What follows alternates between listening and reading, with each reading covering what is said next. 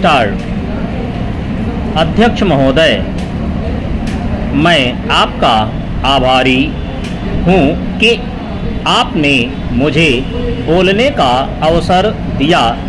इस देश के वर्तमान भारी संकट के समय में और विशेष रूप से उस समय जबकि हम लड़ाई से अभी निवृत्त हुए हैं और आकाश में लड़ाई के बादल दूसरी तरफ से आने शुरू हुए हैं।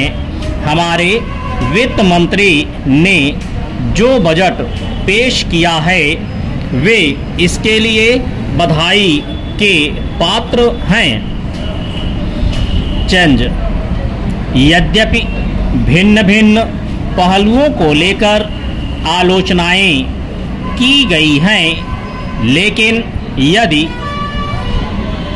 उनकी कठिनाइयों को भी देखा होता कि राष्ट्र को किन किन संकटों का सामना करना पड़ रहा है, इस बात पर भी अगर मेरे से पहले बोलने वाले वक्ताओं ने विचार किया होता तो मेरा विश्वास है कि उनकी आलोचनाओं का आधार कुछ दूसरा होता।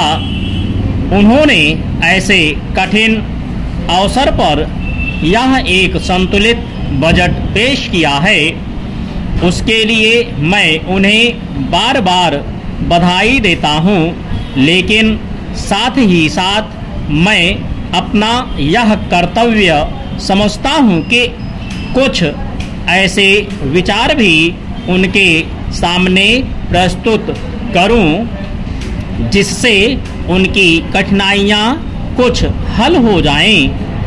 उदाहरण के रूप में विगत 2 वर्षों में लेखा जोखा कमेटी में बैठने के समय मुझे ऐसा अनुभव हुआ है कि इस देश में 2-3 इस प्रकार की त्रुटियां मौजूद हैं जिनको दूर करने के लिए, जिनकी जांच करने के लिए यदि कोई एक कमेटी या आयोग बिठा दिया जाए तो राष्ट्र को, राष्ट्र की सरकार को, राष्ट्र के विकास कार्यों को और राष्ट्र की रक्षा व्यवस्था के लिए करोड़ों नहीं अरबों की व्यवस्था फौरन हो सकती है।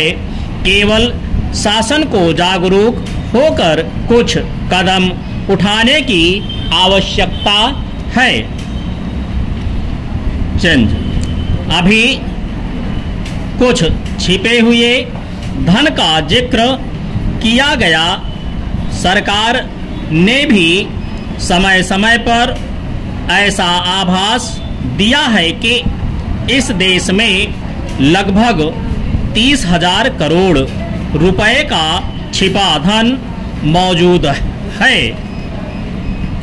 स्वयं मैं समझ नहीं पाता हूं कि जब सरकार ऐसा अनुभव करती है तो इसकी व्यवस्था करने में उसको दिक्कत क्या आ रही है। ऐसा मालूम होता है कि कहीं इच्छा शक्ति की कमी है। भारत की इस सरकार ने अपनी शक्ति का ठीक से उपयोग करके उस दुश्मन के दांत खट्टे किए जिसके की ऊपर विश्व के शक्तिशाली और इंग्लैंड जैसी शक्तियों का अटूट सहारा था और जिसको कि उन्होंने हमारे विरुद्ध उकसाकर खड़ा किया था और अपना पूर्ण सहयोग दिया था।